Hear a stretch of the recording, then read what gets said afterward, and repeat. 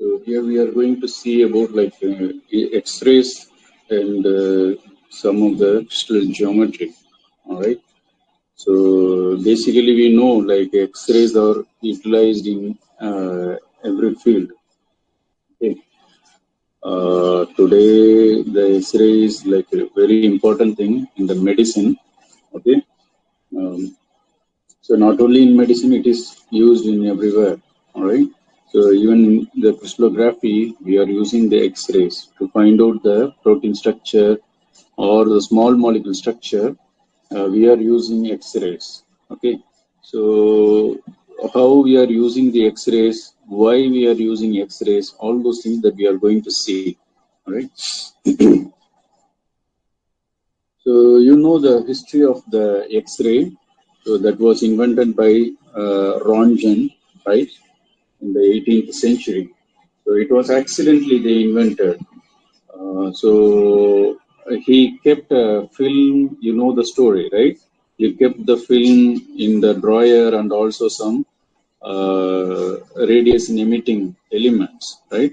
So when his wife was searching something, her right hand image was recorded on the film.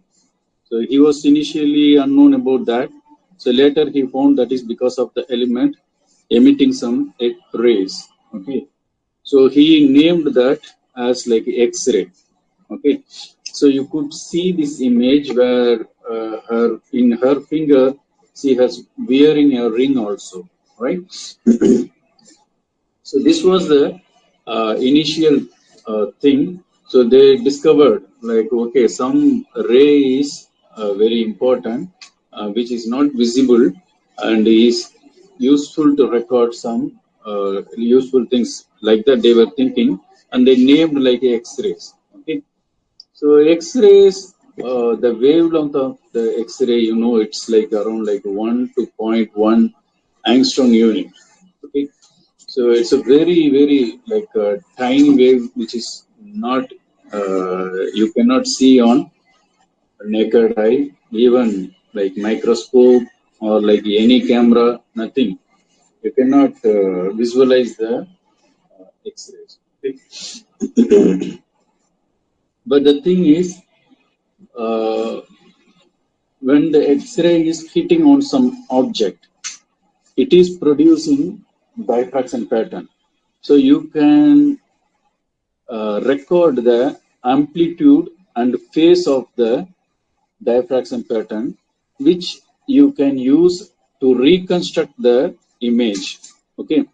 So tell me like how like objects are visible to our eye.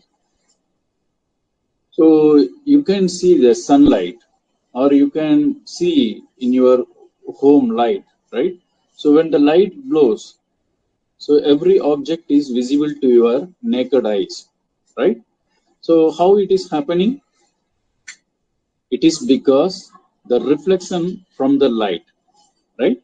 So if you have like a dark room, you go into the dark room where like more like many things are like arranged in a proper way or whatever.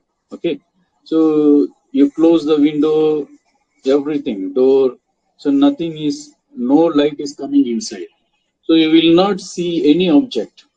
Okay, but once the light glows, you are able to see each and every object. How it is happening? It is because the reflection of the light. So light hit on the surface of the object and the light is getting reflected. So you are able to read. The mind is reading the object. So the size, the color, the distance from you, everything that is visible, it is because of the light reflection. Okay. So, but the same thing, it is not useful to find out the molecules where the molecules are very, very smaller in size, right? So you can see like hydrogen gas, right? Or like any molecules, water molecule, carbon dioxide molecule, or the protein inside our body, right? So these are like very, very smaller thing, tinier thing, right? So you are not able to see or these are not visualized by the normal lights. Why? So that is because of the wavelength. So the wavelength of the visible light does not matching with the object size. Okay. But in case of X-ray, the wavelength is like very near to the atomic wavelength. So that's why X-rays are used to find out the molecular structure. All right. So you are even like when you are using like X-rays to study the molecules, okay, you are not going to capture the image as we are doing like in normal photography. Okay, so you will get only the amplitude and phases. So you have to reconstruct these amplitude and phases to get the image of the molecules. Okay, so this is what that we are going to see in following classes. All right. So we need to have some method to analyze the diffraction pattern. So without lens, right? So these experiments are like doing. Okay. So here is the cathode ray tube. So which is generating the X-rays. Okay. So you want to study the molecular properties, molecular structure by using like X-ray, right? You have to produce the X-rays. So in your lab, right? In your lab, you have to produce the X-rays. So how you can produce? So this is the diagram, the schematic diagram, which is shown here is the cathode ray, cathode X-ray tube. Okay, so you can see. So this tube is like very smaller in size. So which is like you have like a maximum of like a vacuum complete. You should have the vacuum because you are going to use the electrons. You are going to use the electrons to bombard on the surface on the copper plate. Okay, on the metal surface. So usually what will happen? So when you bombard high-speed electron on the metal surface, right? So the electrons from the metal surface will be get ejected, right? So this is, we know, is a normal process. Okay, so same concept that you are using here. Okay, so you have the electrons. Okay, so you have the window which is focusing the electrons to towards the target. Okay, so this is the metal surface. Okay, once the electron hits, okay, so what will happen? So it will eject the electrons from the metal surface. So if you take the copper plate, okay, so there are like different plates which you can use to get the X-rays. Okay, so you can use like a copper plate or like cobalt or like molybdenum plate. Okay, so only like few plates that you cannot use like all the metals. Which don't think that all the metals will produce like X-rays. Okay, so the copper plate generally used, like cobalt also and molybdenum also some places. Okay, so you can see. Uh, it is ejecting electron. What do you mean by ejecting electron? So you have the atom. So in the atom, you have like different energy levels. So the inner energy level, it is called like a K shell. And the next energy level, it is called like a L shell, right? So here you can see, suppose this is like a nucleus and you have the electrons surrounded by the nucleus, all right? So this is inner shell. This is the next cell. This is next cell. Then you have like outermost cell, and it will be keep on going, right? So the innermost cell. Okay? So when the incident electron is hitting this, right? So the electron in the K shell will be ejected to a higher energy level. Yes or no? So it will go to the higher energy level, and then what will happen? So once it is attaining a higher energy level, right? So that is not a permanent state. So that has to come to the ground state, right? So once it is ejected from the K cell, it will go into the excited state. So the excited state is temporary, right? Which is high in energy. So the ejected electron will like to come back to the K cell, to come back to the ground state energy level where the energy is 0, right? So when it is returning, right, the energy emitted is X-ray. Okay, the energy emitted in the form of X-ray. So you can see like the electron so ejected somewhere outside, which is no use, which is ejected to the higher energy level, right? So to the L cell or M cell, right? So generally in X-rays, okay, the electrons ejected to the L cell or M cell will come back to the K shell, will return to the ground state. So during that process, some X-rays, okay, the radiation which is emitted is called like a X-ray. So if it is returning from the L cell, it is called K alpha, okay, alpha, K alpha X-ray. If it is returning from the M cell, it is called like a K beta X-ray, okay. So the energy which is emitted can be measured in terms of intensity. You can measure the intensity of the radiation which is emitted when it is returning. Okay, so you see, you know, I told you like K beta and K alpha X-rays. Okay, so you can see how intense, like comparatively K beta to K alpha. So the K alpha X-ray is like a very high intense. So generally people like using copper K alpha X-rays. Okay, so the wavelength is around like 1.54 angstrom unit. So you can see, you don't need to write the entire decimal points here. Okay, so you can see like a K alpha 1 and K alpha 2. Okay, so the L cell, from the within the L cell, you have like a several like higher energy levels. Okay, it's called like L1, L2, L3, and so on. Okay, so these are again called like a K alpha 1 and K alpha 2, but the energy difference between this cell is not a very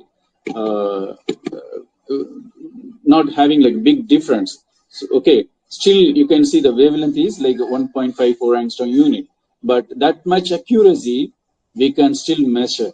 Okay, and then you can see from the K beta cell, the energy like which you are getting from the K beta cell, which is around like 1.79 angstrom unit. All right, so so you need to have like a generator, okay, to produce the X-ray. So in your X-ray machine, there will be a generator which will produce the X-rays. Okay, so in the generator you should have like some cooling system, because when you are like hitting with the high electron beams, right? Highly like the energy of the electrons is like very high, right? So it will produce like much more heat. Okay, so in order to avoid the damage to the target metal, you need to continuously cool this system. Okay, so there will be continuously a water flow system will be there, so which will save the lifetime of the target anode. Okay, so at a particular period, so that has to be changed, and so the totally the X-ray tube people use to change it. Okay, so you can see here there is a beryllium window, so which will allow the X-rays to emit. Okay, so this is like a round tube. Okay, so in all the directions the X-rays will be emitted. Okay, so that will be the emitted X-rays will be focused, and it will be allowed to hit on the crystal surface. All right, so this is like a general schematic thing how you will produce the X-ray. So depending upon the question that you have to reply your answer. Okay, so it may be asked in the 5 more question or 10 more question or just like 1 more question. So depending upon the question you have to write the answer. Okay, so for just for 2 more question, don't put like all the this diagram and the energy level diagram you don't need to put. Okay, only very simple terms that you have to explain for like 2 more questions. Okay, so here as I told you, you can see the energy difference, the intensity difference between like a K alpha 1 and K alpha 2. Okay, so generally people use to have this K alpha 1, which is like a having like very high intensity.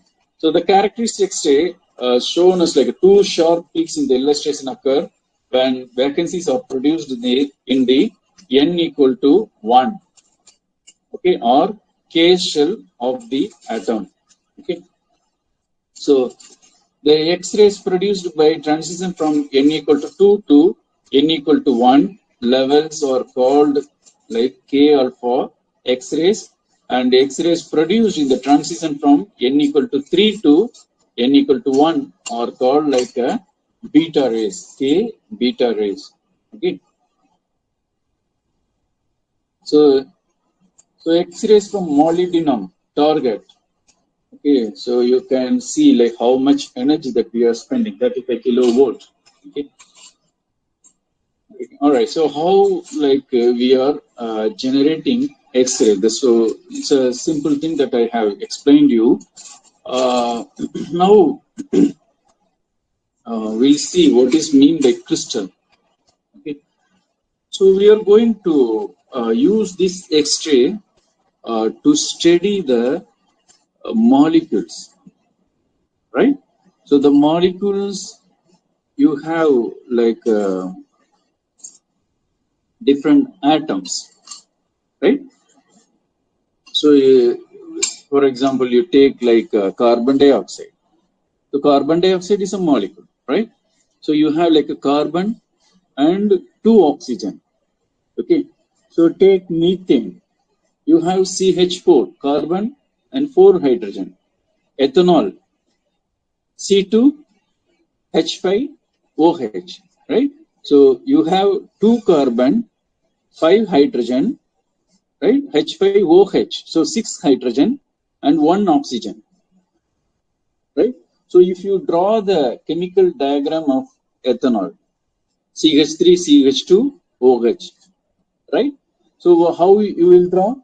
You will put carbon and 3 hydrogen, next carbon and 2 hydrogen and 1 hydroxyl group.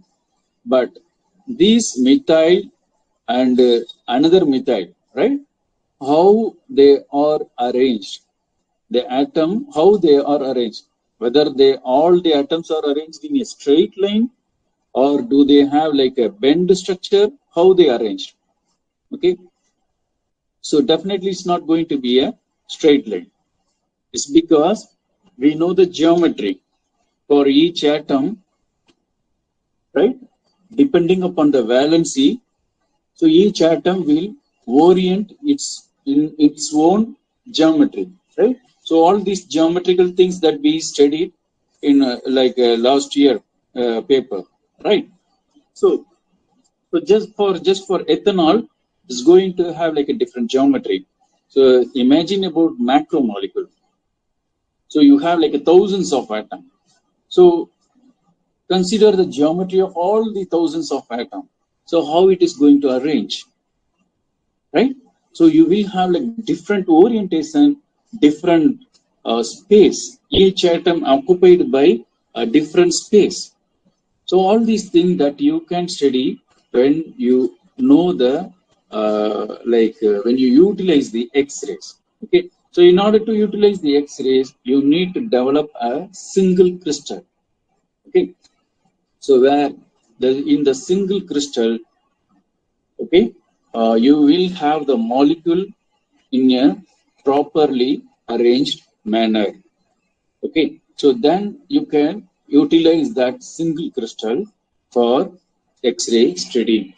Okay, so imagine you have like a sodium chloride, right?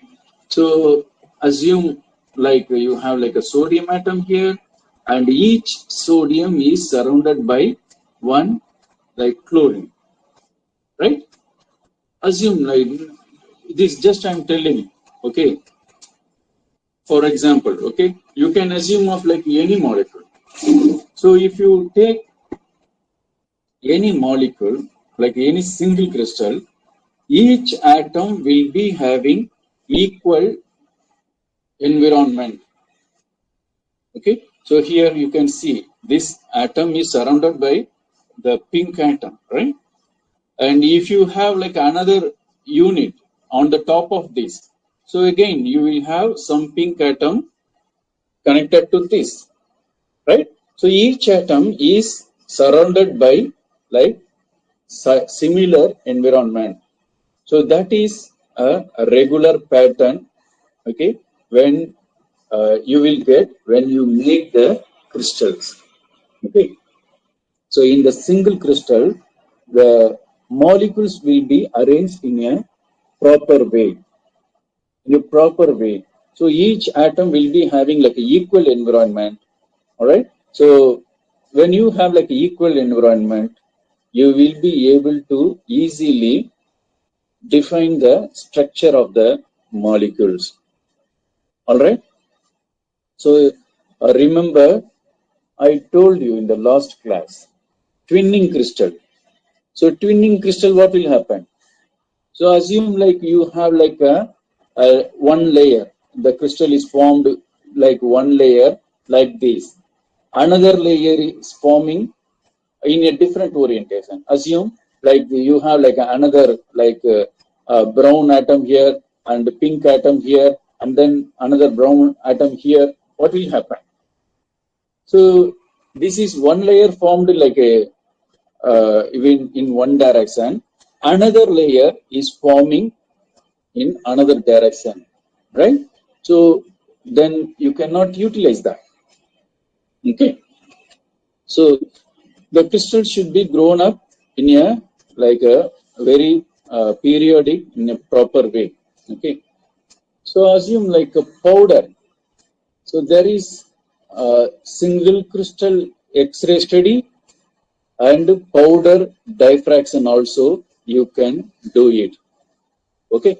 So in the powder diffraction, you will be having the crystals in a powder form, where again the like powder form, the crystalline objects, whatever that you have in a powder form, should be having like a proper arrangement.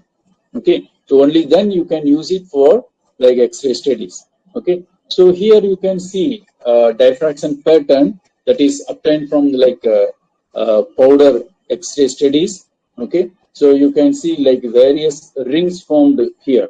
So due to this diffraction, which is indicating the diffraction pattern, okay, from the powder crystals. Okay, so here, so this diameter of this ring, okay, so that will give you the theta value. Okay, so here you should know n lambda is equal to 2d sine theta, which is called like a Bragg's law. So this is very important law, which will allow you to study the X-ray diffraction. We are not going to see this now. I will explain this formula in following classes. All right. So right now you remember this is like Bragg's law. Okay. So this diameter will help you to get the theta of like Bragg's law. Okay. So here you can see the intensity of the diffracted pattern. Okay. So some atoms like diffracted with very low intensity, some atom with diffracted with like very high intensity. So based on the intensity that you can tell here, so you can think of imagine like you have like a two balls. Okay, one is like a smaller ball. Okay, with the air inside is very low. If you press the ball, all right. If you press the ball, it's you are able to squeeze the ball. Okay. Imagine another ball which is bigger and it is completely air filled. Okay, so the another ball is like completely air filled. Okay, so now imagine you are going to throw the ball, both balls on a wall. What will happen? The smaller ball which you are able to squeeze, okay, So it will bounce back to you, but not like the bigger one. Why? The bigger one is like tightly filled with air. So it will bounce with a large velocity. It will return immediately to you. But the smaller ball, which is having like a lower air pack, right, is not going to return into high velocity. So in a similar way, the same thing applies to the molecules also. So molecules is made up of like atoms, right? So you have like different atoms from the low atomic number to the high atomic number. Okay.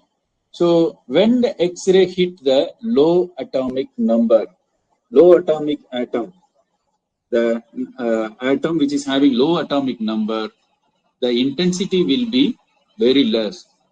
If you hit the X-rays with high atomic number, the intensity will be higher.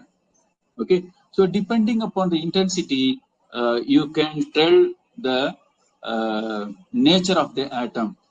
All right, so based on the intensity, the structure also is being studied. Okay, so this is, I'm telling you like very crudely, because just now we are starting this class. Okay, so we will see this in detail in following classes. All right. So far, I told you about like a X-ray generator and the diffraction from the diffraction, from the powder diffraction, right? And we are going to see now like a synchrotron radiation. Okay.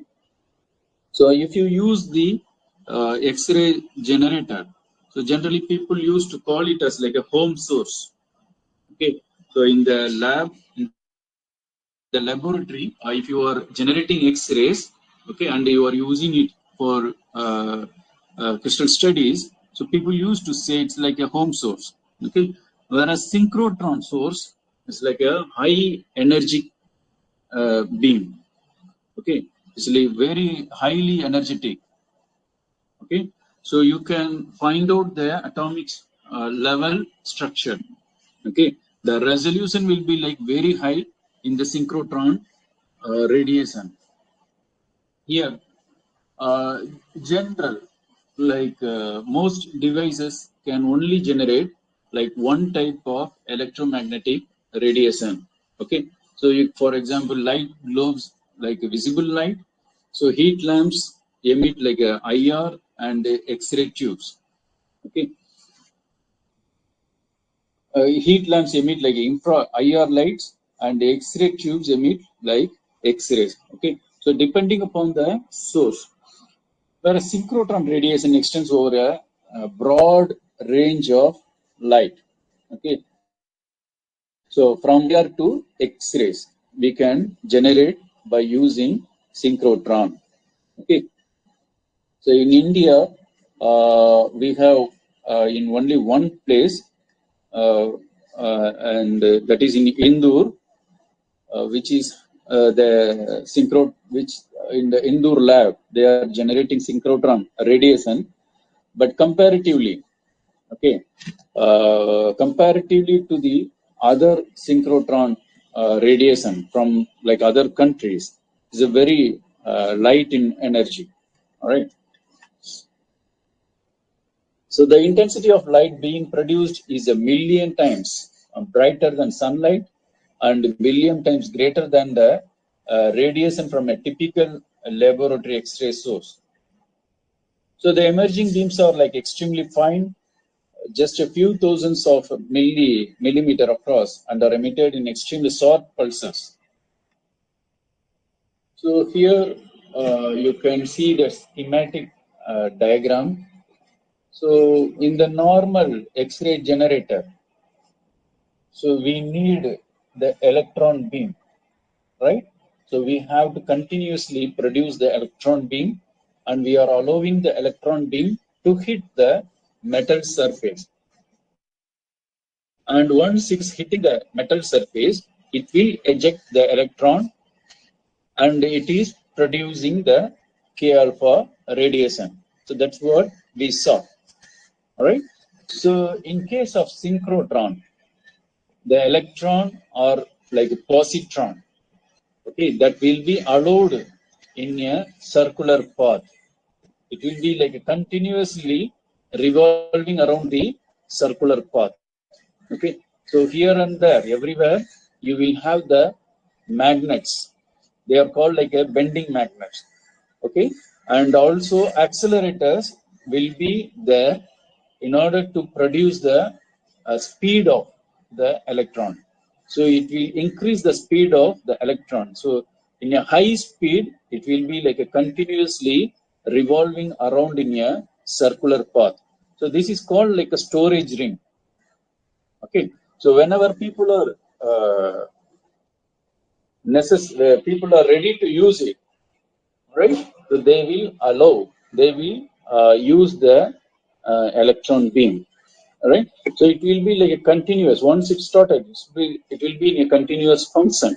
So as I told you, in the synchrotron, you can produce the from different kinds of radiation, from IR to X-rays, right? So different kinds of rays that you can produce. So people will be continuously using the different rays for their own study. Okay. So once the X-ray is coming throughout the exit, okay, so you can like set up like in each exit point, people will set up like a different labs, okay. So to study like IR, like to utilize like X-rays to study like different rays, all right. So here the 10 power minus 4 to 10 power minus 5 radiation divergence, like high brilliance. Okay, the wavelength is like a tunable and high signal to noise ratio. So everything is like very good in case of like a synchrotron. So here you can see the storage ring, which is like a very like a longer one. Okay, so you can see like several places, like several labs are there. Okay,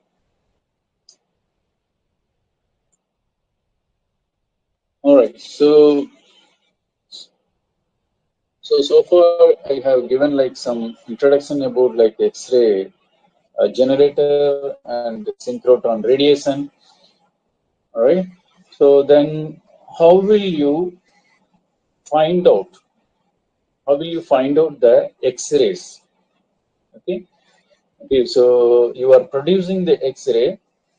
You are allowing the X-ray to fall into the crystal, right? So it is hitting the crystal, and then what will happen? Once it is hitting the crystal, you will have the diffraction pattern. How will you detect this diffraction pattern? So people initially have used like several methods. Okay, this is the like a very simplest method. Okay, you can use the film, X-ray film. Okay, so you can see the film is surrounded the crystal. Okay, you don't need to miss like any diffracted pattern. So what will happen? So once it is hitting the crystal, the diffracted pattern will be recorded throughout the like a film. Each and every place it will be recorded. You can see here. Okay, so it is entering point, and this is exiting point. Okay, so so the direct beam which is not utilized, which is not diffracted, will just go away. Okay, so that should not be recorded in the film, right? So that will be exit point. Okay. So once you open it, so you will see the diffracted pattern like this, right? So you can see it will, yeah, here you can see. Okay, so see this like a detector. Okay, so X-rays is pointing like coming through this hole, and it will go outside. So here is the your crystal. You have put your crystal here. Okay, so once it is making a diffraction. You can see it is forming a diffracting cone, right? So it will make a cone here. You can see the cones, all right? So the emitted X-rays will go through this second port. Okay. So this is the strip film. You can see here. Okay. So the non-diffracted beam will go out. You can see the diffraction like pattern around the crystal. So from crystal here also the complete throughout the all the direction it will be recorded. So if you what happened? So if you see the stone problem, so people used to have like kidney stone, right? So what it will do? It will block the urinary path, right? So if you go to the doctor, what they will do? So they will give you some tablets. Now they will give you some medicine which will dissolve the stone, and you will be happy, right? But the thing is, the doctors want to study the stone, what kind of salt it was. So people will take that salt, that stone, and they will do the diffraction study. They will do the X-ray study. How? Just by using this kind of film. So even today, people still are using the film to study the nature of the salt. Okay. If you go to the AIMS, you know AIMS, right? If you go to AIMS, there is like a X-ray lab. X-ray lab means not medical X-ray. Okay, crystallographic lab. Okay, there is one crystallographic lab. So if you go there, almost all the I don't know whether still they are using this machine. When I was there, so several each and every day this stone will come. Okay, so they will utilize this X-ray and they will put this film and they will record and they will study. All right, I don't know if still they are doing that or not. Okay, but so this is the initial thing how people used to record the X-ray diffraction. Okay. So the simplest X-ray detector is like X-ray sensitive film. Okay, cameras can direct reflections to films in useful arrangements, allowing determination of indices and intensities for thousands of reflections on a single film. And then, like people develop like scintillation counters. Okay. So it will count X-ray photons and give like accurate intensities over wide range. So it consists of like a transparent crystal and plastic containing anthracene that fluoresces when struck by ionizing radiations. A PMT, a photomultiplier tube, measures the light from the crystal and is attached to the electronic amplifier and other electronic equipment to count and possibly quantify the amplitudes of the signals produced by the photomultiplier. Okay. So then, like a diffractometer, so it was like developed. So maybe we will see this in like next class. All right.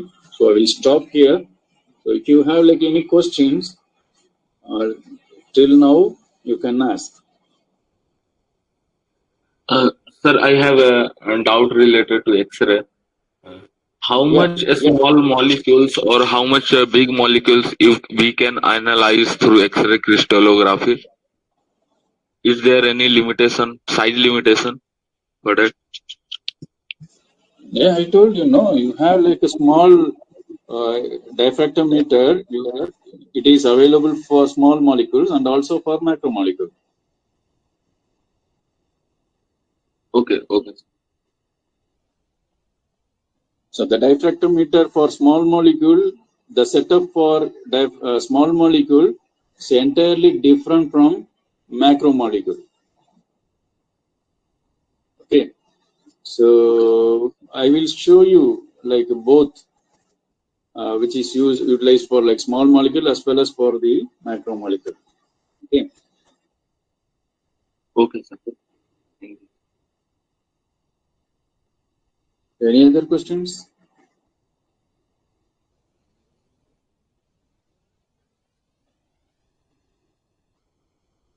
Okay, so if you have no question, we'll stop here.